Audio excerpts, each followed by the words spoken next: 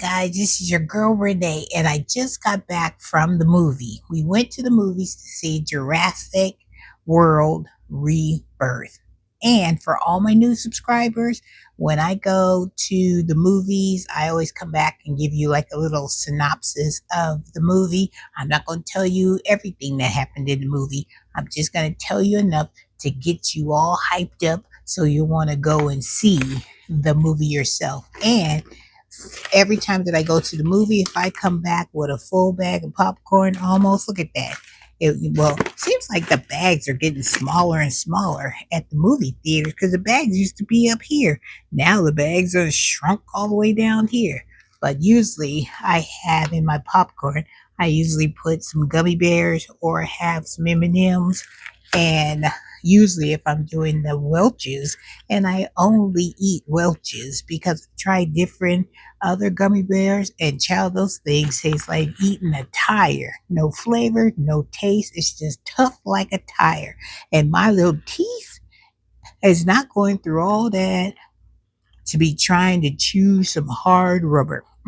No. Mm-mm. So your girl loves Welch's gummy bears. They are the best. If you guys haven't tried them, child, you are missing out. You need to go and get you a pack, and then not to get you just one pack, get you 2 packs, because once you finish eating the first, you're gonna want to open up that next pack and get to snacking on those as well. So with that being said, if my bag is half full like this, or almost to the top, means that that movie was so good that I stopped eating this popcorn and my eyes was like this in the movie. You hear me? I was engaged with that movie. So this is what I'm going to tell you.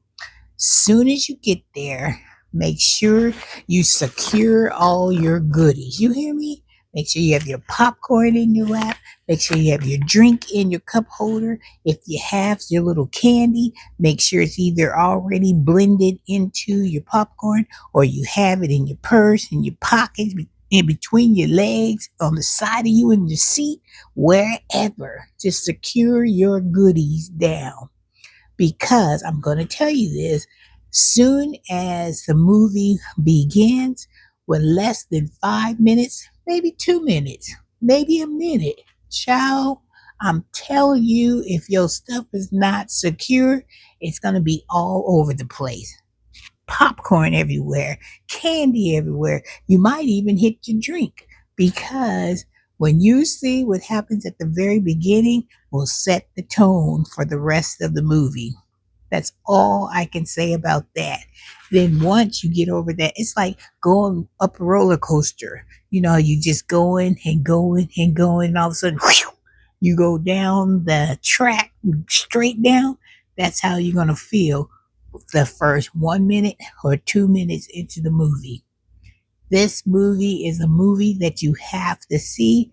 It has all the action. It has a lot of action, but it's not like the action that we're used to in the original Jurassic Park, you know, with all that. There's going to be some gore and there's going to be some head biting. There's going to be a lot of head biting off. I'm going to tell you that straight up. And there's going to be one monster in there that is, they bring it back from the original. That's all I'm going to tell you. And just look at the form of that creature, and you'll see why that creature was angry and wanted to just go after everybody that it saw or came in its path, because it was just that bad. And after what that animal has been through, yeah, I'd want to bite some heads off too. Just keep that in mind.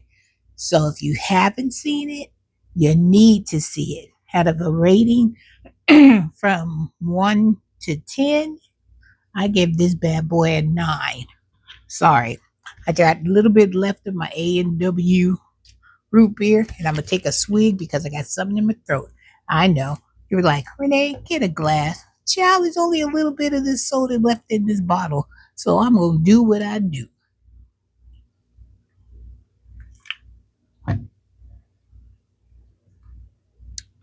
And if you haven't noticed, I love me a good A&W root beer soda. And this is the one I was telling you about in my taste test.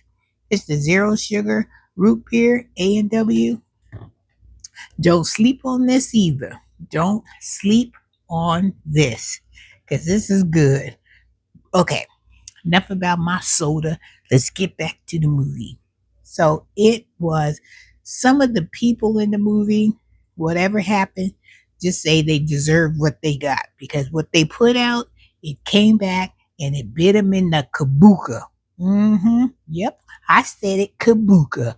And that's what they get. Shouldn't be messing with stuff you shouldn't be messing with. That's all I'm going to say. Leave that stuff alone. Okay, so then the action starts, and you're going to be, I don't know if you're a quiet movie watcher, or you make a little noise, or you grunt a lot, or you talk back to the screen.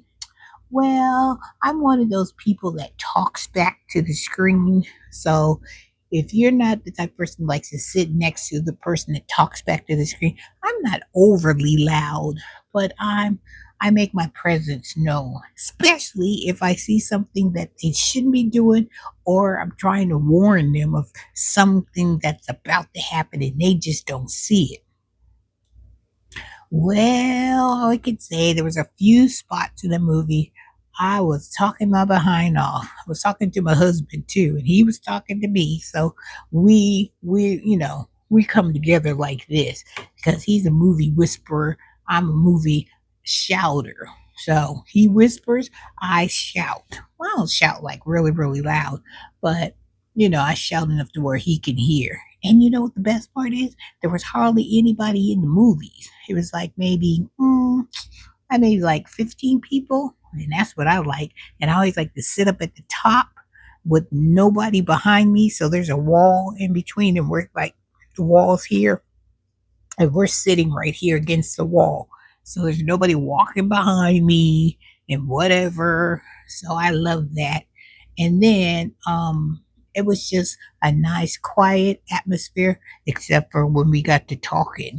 And there was a cougher. Every movie there's always somebody that's in their coffin and they just can't cough. And I wanted to give them a throat lounger so bad because all I heard was the coughing. And then I just finally, I guess somebody around him got tired of the coughing, so they gave him something. I was like, thank you, Jesus. Because if I was closer to the man, or I would have thrown him a throat lounger up so he couldn't have something to soothe his throat. But other than that, that movie is a must, must, must see. If you are a true Jurassic Park moviegoer, a true Jurassic Park lover, you have to go see this movie. Like I said, it's not like the original. I mean, they talk about scenes that happen in the original Jurassic Park, but still, this movie still stood on its own 2 feet and it kept you engaged, it kept you excited, it kept you talking back to the screen. And normally I wait to the very end of the movie to see if they're going to open up another door for another sequel or a part 2 of this particular movie, but we didn't do it this time. Because first of all, that movie theater was some cold, so I was trying to get out of there and get into the heat to warm up. And then once my body warmed up, I wish I was back in that air conditioning because it ain't no joke here in Virginia. This heat today is supposed to be in the 90s, like it hasn't been all this week. So your girl been trying to stay cool, and I've been doing my best, but we wanted to go to the movies, and I think tomorrow we're gonna go see Mission Impossible. Now I'm a Mission Impossible girl. Yes, I am. Yes, I am. So if I'm able to get to the movies tomorrow, then I will come back and give you a movie review on that one. So with that being said, see, I just give you little snippets of the things that are going to be happening in the movie. They're going to be doing some really cool tricks and things that you never would think of them doing out in the jungle. And then there's parts in the jungle where you're saying, why are you even in that area? Why are you even making them noises? Why do you have that flashlight on? Why are you doing this? Those are the kind of things you're going to say, see, I told you, you shouldn't have had that on, or you shouldn't have been in the water. Who walks in the water and just stands up in the water? Nobody does that when you're trying to get to the other side. And then you're going to see some parts we're going to say, if you see the dinosaur over there sleeping, why are you over there making all these noises and then pop a certain object open and not knowing that noise is going to awake that dinosaur? And what's going to happen? He's going to come after you behind. Why would you even do that? You'd be like, why would you do that? You're just saying, and then you're praying for him. Please don't get that child. Please, please, please, please just let her make it out of there. Whew. And then your heart is going up and down, because you're just like, oh, because if I was in that situation, first of all, I wouldn't have been on that dock. Second of all, I wouldn't have been trying to be getting that particular item when that dinosaur was right there. And you had seen he just ate a big huge meal of another dinosaur, and then he's rolling around in the grass like he's in his bed, but his eyeballs aren't open, and then you're making all these noise. And what's going to happen with all the noise? He's going to wake up, and what's going to happen? It's going to be on and popping. That's just common sense.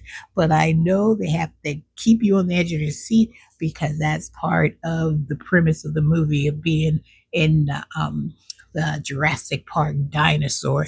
And you're going to see some cool dinosaurs. You're going to see some really cute dinosaurs.